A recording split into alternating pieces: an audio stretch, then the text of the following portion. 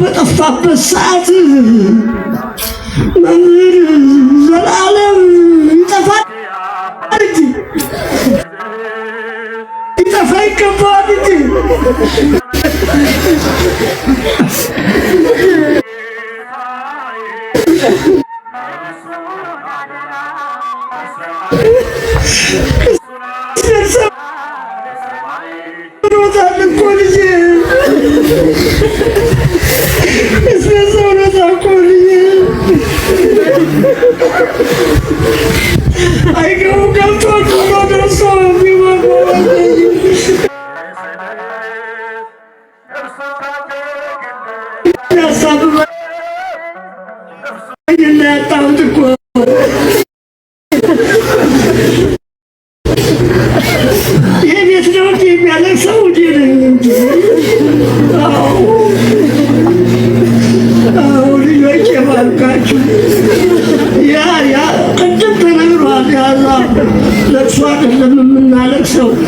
ጉዳያችን ቀረብን ነው። ጠቃሚያችንን አጣን ብለን ነው፣ ሌላ አይደለም። እሱማ ተመቻቸለት። ሰማዕት ዘንበለ ደም ነው። ሰማዕት ዘንበለ ደም ነው። የሐዋርያትን ኑሮ አባራሽ ሰው 9 ሰዓት እሱም ሰው ነው። እሱም ሰው ነው። ተገላገለው። ይህን ከንቱ አለ ተገላገለው። አዎ በአንድ ቀን 2 ጉባኤ 3 ጉባኤ እኮ የሚጮህ ነው። እኔ የሚገርመኝ አንደበቱ አለመድረቁ። በሽታው ክፉ ነው። አንደበት የሚያደርቅ ነው። ግን ምንም አንደበቱ አይዛባም። እፎይታ አያውቅም። እግዚአብሔር አድሎት የሚገባውን አገልግሎት ፈጽሞ ሄዷል። ለእሱ አይደለም የምናለቅሰው፣ የእኛ ጉዳያችን ቀረብን ብለን ነው። ሰብ ዘያሃዩ ወይርኤ አለሞት ወመኖ ያድና ለነፍሱ ወደ ሲኦል ብሎ ይላል። ምንድነው? ሞትን የማያይ ሕያው ሆኖ የሚኖር እሱ ማን ነው? ከሞትስ ከሲኦል ራሱን የሚያድን እሱ ማን ነው? ይላል ቅዱስ ዳዊት ልበ አምላክ። ነፍሱን ሞትን የማያይ ሕያው ሆኖ የሚኖር በዚህ ዓለም የለም። ሥጋ የለበሰ ሁሉ በተሰጠን በመጀመሪያው አዳም በመጣብን ሞት ሰዎች ጊዜያቸው ሲደርስ እግዚአብሔር ሲፈቅድ ወደ አምላካቸው ወደ እግዚአብሔር ይጠራሉ። አይቴ መወኑ ያድና ለነፍሱ ምይደ ሲኦል። በመጀመሪያ ወደ መቃብር ከመውረድ ሥጋውን የሚያድን ማን ነው? ሁለተኛው ደግሞ ከሲኦል ነፍሱን ማዳን ሲኦል ከመውረድ የሚያድን እሱ ማን ነው ይላል።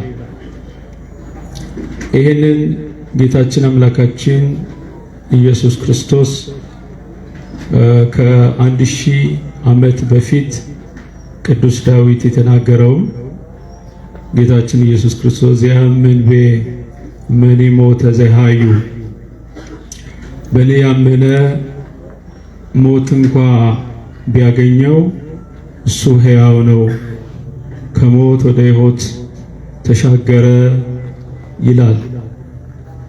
ጌታችንና አምላካችን ኢየሱስ ክርስቶስ በመጀመሪያው አዳም ሞት ለሰው ልጆች ሁሉ ተሰጠ። ሥጋ የለበሰ ሁሉ ሞትን ቀመሰ። ያ ሞት እጅግ መሪር፣ በሞተ ሥጋ ሞተ ነፍስ፣ በርደተ መቃብር ርደተ ገሃነም በሰው ልጆች ሁሉ ተፈርዶ የነበረው በዳግማዊ አዳም ግን ሕይወትን አገኘ፣ ሕያው ሆነ። የመጀመሪያ አዳም ሞትን እንዳመጣ ዳግማዊ አዳም ጌታችን ኢየሱስ ክርስቶስ ግን ሕያዋን ሆነን እንድንኖር እሱ የትንሣኤ ሁሉ በኩር ሆኖ ሞታችንን በሞቱ ሽሮ የዘላለም ሕይወትን ሰጥቶናል።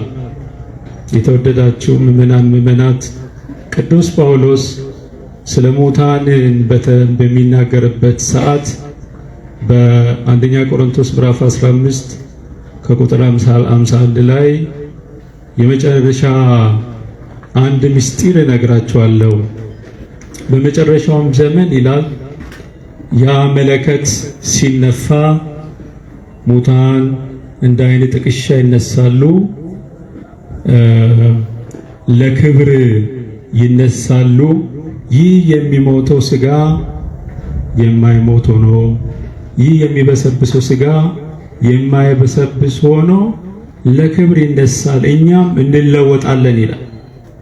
እግዚአብሔር አምላካችንን ልንመስል እንደ መላእክት ልንሆን ይሄ በውርደት የተዘራ በክብር ሊነሳ በመበስበስ የሚዘራው ባለመበስበስ ሊነሳ ይህ ሥጋ ጠፊ የነበረው ባለመጥፋት ቅዱሳን መላእክትን መስሎ ሕያው ሆኖ እግዚአብሔርን መስሎ ለዘላለም እግዚአብሔርን ለማመስገን ለማገልገል ይነሳል ብሏል። በዮሐንስ ወንጌል ምዕራፍ 5 ከቁጥር 29 ላይ ዛሬ በመቃብር ያሉት ድምፁን የሚሰሙት ሁሉ ለክብር ይነሳሉ።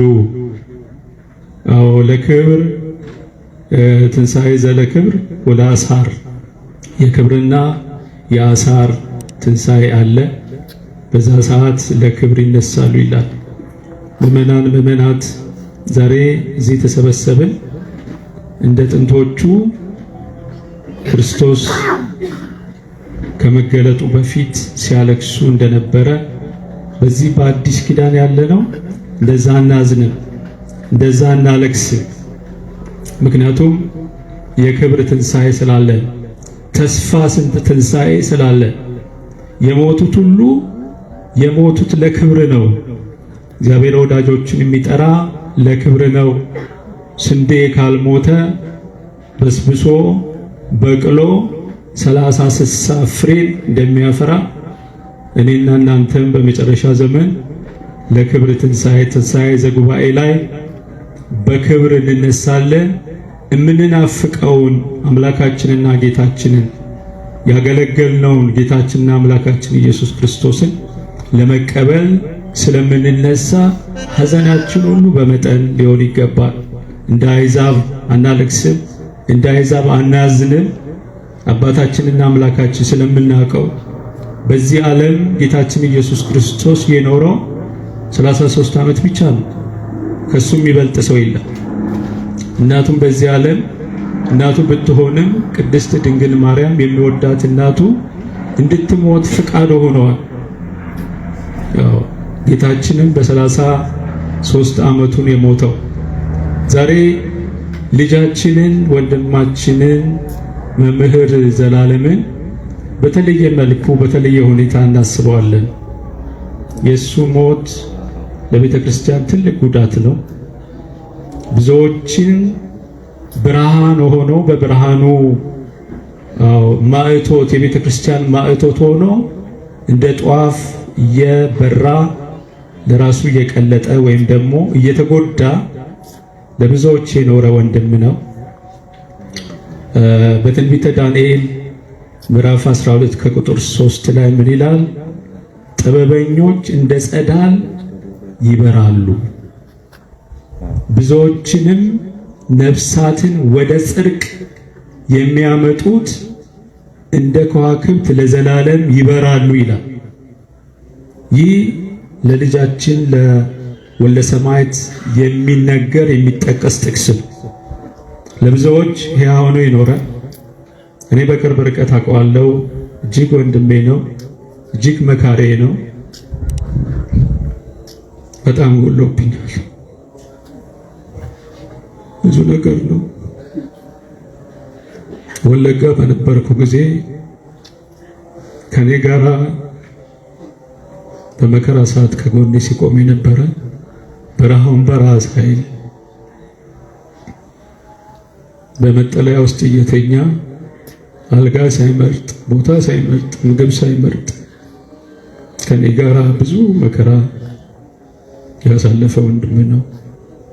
ቤኒሻንጉል ጉሙዝ አሶሳን ስንሰራ በነበረ ጊዜ ወደ 14000 የጉሙዝ ተጠማቂዎችን ስናጠምቅ ክርስትናን ወደ ልጅነት ስናመጣቸው በዛ ሐሩሩ በረሃው 10 ቀን ሙሉ ከኛ ጋር ያስተማረ የሚለበሰውን ልብስ አምጥቶ ሰጥቶ ዋጋ የከፈለ የቤተ ክርስቲያናችን እንቁ ማለት ነው። ሻሸመኔ ላይ 2 ጊዜ መከራ ሲደርስብን ቀድሞ የደረሰልን እህል በማምጣት ልብስ በማምጣት ለዛ ሰማዕት ለሆኑት ሁሉ የደረሰላቸው ብርቅዬ ልዩ ለኔ ወንድሜ ነው እና ይሄን ማጣት ማለት ትልቅ ጉዳት ነው።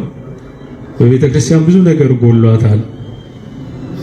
ነገር ግን እሱ በዚህ በጥቂት እድሜን ሁሉ ልክ እንደ ሐዋርያት ለቤተ ክርስቲያን ነው የሰጠ። በማቴዎስ ወንጌል ምዕራፍ 10 ከቁጥር 29 አካባቢ ይመስለኛል ሴት ልጁ ወንድ ልጁ እናት አባቱን ከኔ ይልቅ የሚወድ ሊያገለግለኝ አይችልም ይላል። ከዛ ቀጥሎ ደግሞ ስለኔ ነፍሱን የጣለ በክብር ያገኛታል፣ የሞቱን መስቀል ተሸክሞ የማይከተለኝ ነፍሱን ያልካደ ለኔ ሊኖር አይገባም፣ ሊያገለግለኝ አይችልም የሚለው ያን ወርቃማ ሕያው የክርስቶስን ቃል ለሐዋርያቱ የተሰጠውን የሥራ መመሪያ በሕይወቱ ተርጉሞ ሥጋውን ለመከራ ሰጥቶ እንደ ወጣትነቱ እንደ ወጣት የዚህን ዓለም ምናምንቴው ውስጥ ሳይገባ ሥጋውን ሳያስደስት ሕይወቱን ሁሉ ለክርስቶስ ሰጥቶ የኖረ የከተማ ባህታዊ የዘመናችን የ21ኛ መቶ ክፍለ ዘመን እውነተኛ ሐዋርያ እንኳን ለጥቁር ራስ ለኛም አርአያ ምሳሌ የሆነ ታላቅ ወንድማችንን አጥተናል። በእርግጥ በዚህ ዓለም ለቅዱሳን ለእውነተኞች መኖር ከባድ ነው።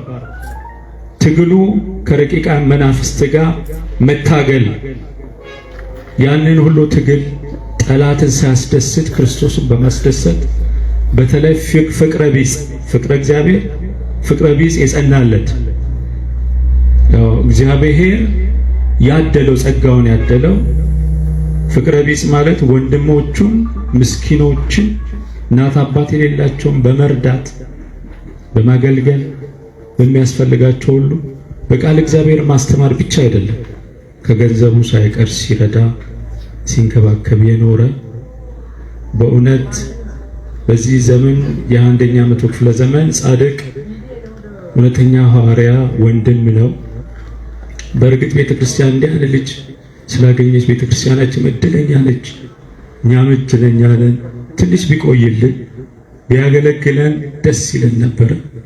ነገር ግን ይበቃሃል እረፍ ብሎ ጌታ ጠርቶታል። ለ30 ዓመት ከ30 ዓመት በላይ ማገልገል ቀላል አይደለም። በእውነት ማገልገል እግዚአብሔር ማስመሰሉ ይቻላል። ሁለት አይነት ሰው ሆኖ መኖር ይቻላል። ግን አንድና አንድ ለክርስቶስ ይኖራል። ለቤተ ክርስቲያን ሲያገለግል ከልቡ የኖረ ታላቅ ወንድም ነው። ስለዚህ እናታችን አይዞት። በተለይ እናት ሐዘን ከባድ ነው።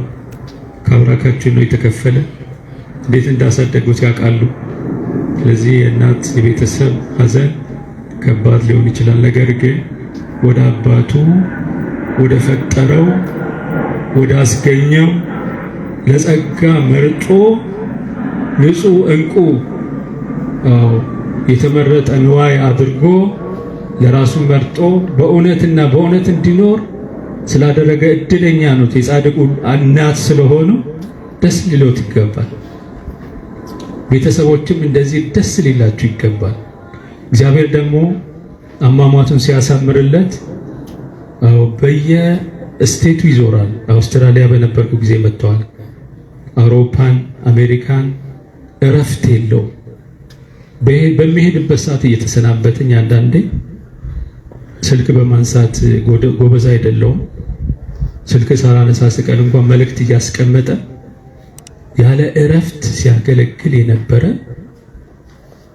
ረጅም ማይሎችን እያቋረጠ ሲያገለግል የኖረ ነው። መላእክት ደስ ብሏቸው እንደተቀበሉት እናምናለን። አሸብሽበው እንደተቀበሉት እናምናለን። ጌታችን ደስ ብሎት እንደሚቀበለው እናምናለን። ነገር ግን ለኛ ስለቀረብን አዝነናል፣ ተክዘናል። እግዚአብሔር ደግሞ ቸር ነው። መምህራንን እሱን የመሰሉ ደጋጎችን አብዝቶ እንደሚሰጠን እንደሚተካልን ምንም ጥርጥር የለንም። እግዚአብሔር አምላክ ያዘኑትን ያጽናናልን። ከቅዱሳን መምህራን ጋር ይደምርልን። አምላካችን ሁላችን ከዳግማዊ ሞት ከዳግማዊ መከራ ሁሉ ይሰውረን። ወስብሐት ለእግዚአብሔር።